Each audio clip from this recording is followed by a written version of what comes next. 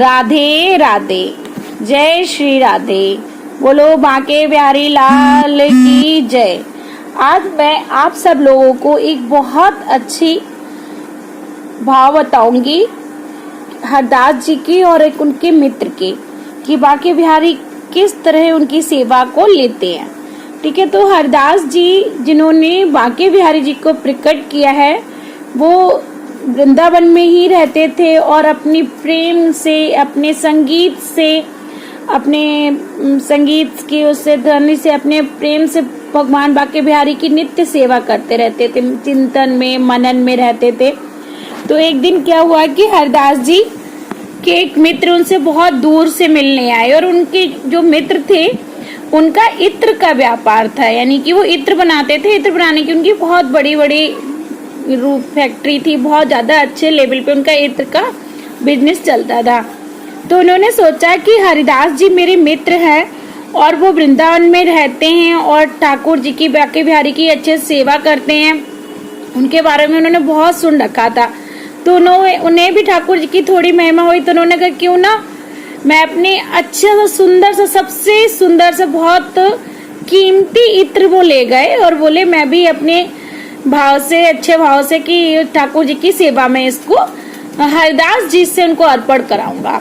ऐसे जाके वो मिलते हैं, फिर वो जाते हैं हरदास जी के पास। हरदास जी के पास पहुंचते हैं और बांके बिहारी जी की चर्चा चलती है, उनसे बात करते हैं।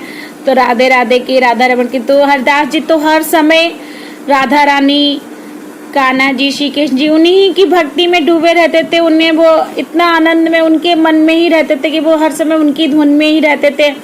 मन की आंखों से उनको देखना, उनके साथ बातें करना, उनको रिझाना, उनके साथ खेलना, उनको सुंदरता, वो सब यही देखते रहते थे। तो फिर बहुत देर तक उनके मित्र उनके पास बैठे रहे। फिर जब वो अपनी निद्रा से भंग हुए, थोड़ा सा उनका सही चेतना में आए, तो हरदास जी को उन्होंने बताया कि मैं अब ठाकुर जी की सेवा के लिए इत्र लाया हूँ, कि आप ना इनको एक बार जरूर ठाकुर जी की सेवा में इसको करना। तो उन्होंने कहा ठीक है, मैं यहाँ रख दो।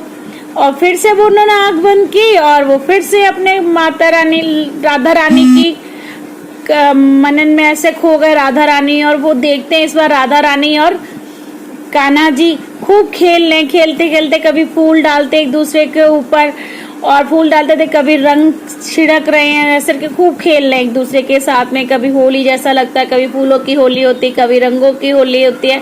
इस तरह वो खूब खेल रहे एक दूसरे के साथ, खूब अच्छे से प्रेम में आनंद में मग्न हो रहे। तो हरदास जी देखते हैं कि राधा रानी के पास फिर गुलाल खत्म हो गया। अब वो क्या करें, वो कैसे क्या डालें, तो वो ठाकुर जी को कैसे, वहाँ ठाकुर जी से फिर उनकी हार हो जाएगी, इसलिए वो क्या करते हैं, वो खेलते खेलते उनके हाथ में वो इत्र की शीशी थी, वो अपने भाव से वो इत्र की शीशी राधा रानी को दे देते हैं कि अब तुम ये ना ठाकुर जी को डाल दो, ठाकुर जी, वो इत्र की शीशी ठाकुर जी पे पड़ जाएगी, कि उनके पास गुलाल और रंग खत्म हो गया।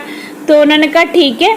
तो उन्होंने ऐसे मन से ही ये सोच रहे, मन के भाव में डूबे हुए हैं हरदास जी, और हरदास जी ने वो इत्र की शीशी ऐसे ली और राधा रानी के मतलब दे दी ऐसे करके। तो राधा रानी ने वो शीशी पूरा ऐसे करके उड़ेल दी और पूरा उनके ऊपर, क्या नाम है, श्री कृष्ण बांके बिहारी के ऊपर पूरा रंग, परफ्यूम, पूरा इत्र की खुशबू पूरी तरफ हो गई। और जो उनके मित्र थे उन्हें तो बहुत बुरा लगा। वो देख रहे हैं कि मेरी परफ्यूम की पूरी जो इत्र की शीशी है उसको ये हरदास जी ने ऐसे ही जमीन में उड़ेल दिया, पूरा इत्र बह गया, उसकी खुशबू हो गई। अब उनके मित्र को बहुत बुरा लगा। उन्होंने कहा हरदास जी ने तो बहुत बुरा, बेचारे बहुत दुखी हो गए कि वो तो ये इत्र की सेवा के लिए, बिहारी जी की सेवा के लिए इत्र लेके आए थे और ये इत्र तो इन्होंने यहाँ पर ऐसे ही व्यर्थ गंवा दिया। बेचारे बहुत दुखी हुए। फिर सोचने लगे जब हरदास जी चेतना में आएंगे, जब अपने ध्यान से बाहर निकलेंगे तो मैं उनसे पूछूंगा।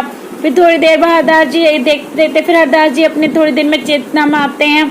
फिर वो उनके मित्र उनसे पूछते हैं, भाई ये क्या क्या हरदास, तुमने तो सारा इत्र यहाँ ही बहा दिया, अब तुम ठाकुर जी की सेवा में क्या लगाओगे, उनको कैसे चढ़ाओगे।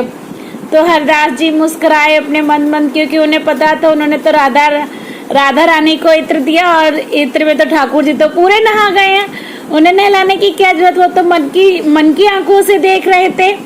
तो फिर क्या हुआ कि तो उन्होंने कहा कोई बात नहीं, चलो मंदिर निधिवन में ही तब ठाकुर जी की प्रतिमा को उन्होंने जहाँ से प्राकट्य किया था, तो सबसे पहले निधिवन में ही ठाकुर जी की प्रतिमा को, बांके बिहारी की प्रतिमा को वहां पर ही मंदिर के रूप में पूजते थे वो लोग। चलो मंदिर में दर्शन करके आते हैं। तो हरदास जी के साथ वो भी चल दिए। तो उन्होंने कहा जाने से कोई फायदा तो है नहीं, क्योंकि मैं तो इत्र लाया था बांके बिहारी की सेवा के लिए, वो तो इन्होंने ऐसे ही यहाँ पर ही भला दी। फिर वो मंदिर में जाते हैं। मंदिर में जैसे ही कपाट खोलते हैं, मंदिर के पास जाते हैं और देखते हैं कि पूरा मंदिर जो वो इत्र लाए थे, उनका इत्र बहुत कीमती था, पूरा मंदिर इत्र की खुशबू से महक रहा है। और ठाकुर जी तो बहुत अच्छे, बांके बिहारी के पास तो और अच्छी खुशबू आ रही है। फिर उन्हें समझ में आ गया कि हरदास जी कितने बड़े भक्त हैं। उन्होंने भाव से ही ये ठाकुर जी को पूरा अर्पण कर दिया। फिर वो हरदास जी के चरणों में गिर गए और उनसे बोले मुझे माफ करना, मैं आपको समझ नहीं पाया।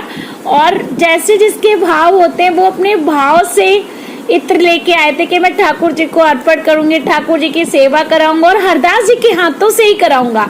तो उनका ये भाव था, बहुत स्वच्छ था और हरदास जी के हाथों से ही उनके ठाकुर जी की सेवा हो गई, इत्र की सेवा हो गई।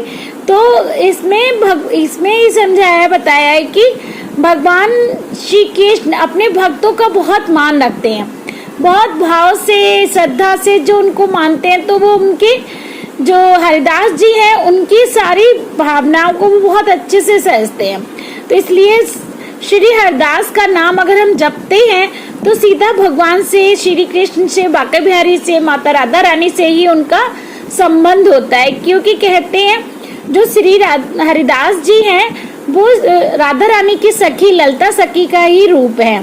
ठीक है, तो हरिदास जी का नाम जपना, राधा रानी का नाम जपना, श्री बांके बिहारी का नाम जपना, इन सब का बहुत फल मिलता है। बोलो श्री हरिदास जी महाराज की जय, श्री बांके बिहारी लाल की जय, राधा रानी की जय, श्री कृष्ण बिहारी की जय, लाडली सरकार की जय। राधे राधे। देखते रहिए मेरे चैनल को, सब्सक्राइब करिए। मैं अधिक से अधिक इसी तरह की वीडियो बनाऊंगी और अपलोड करूंगी। प्रेम से बोलिए राधे राधे, राधे राधे।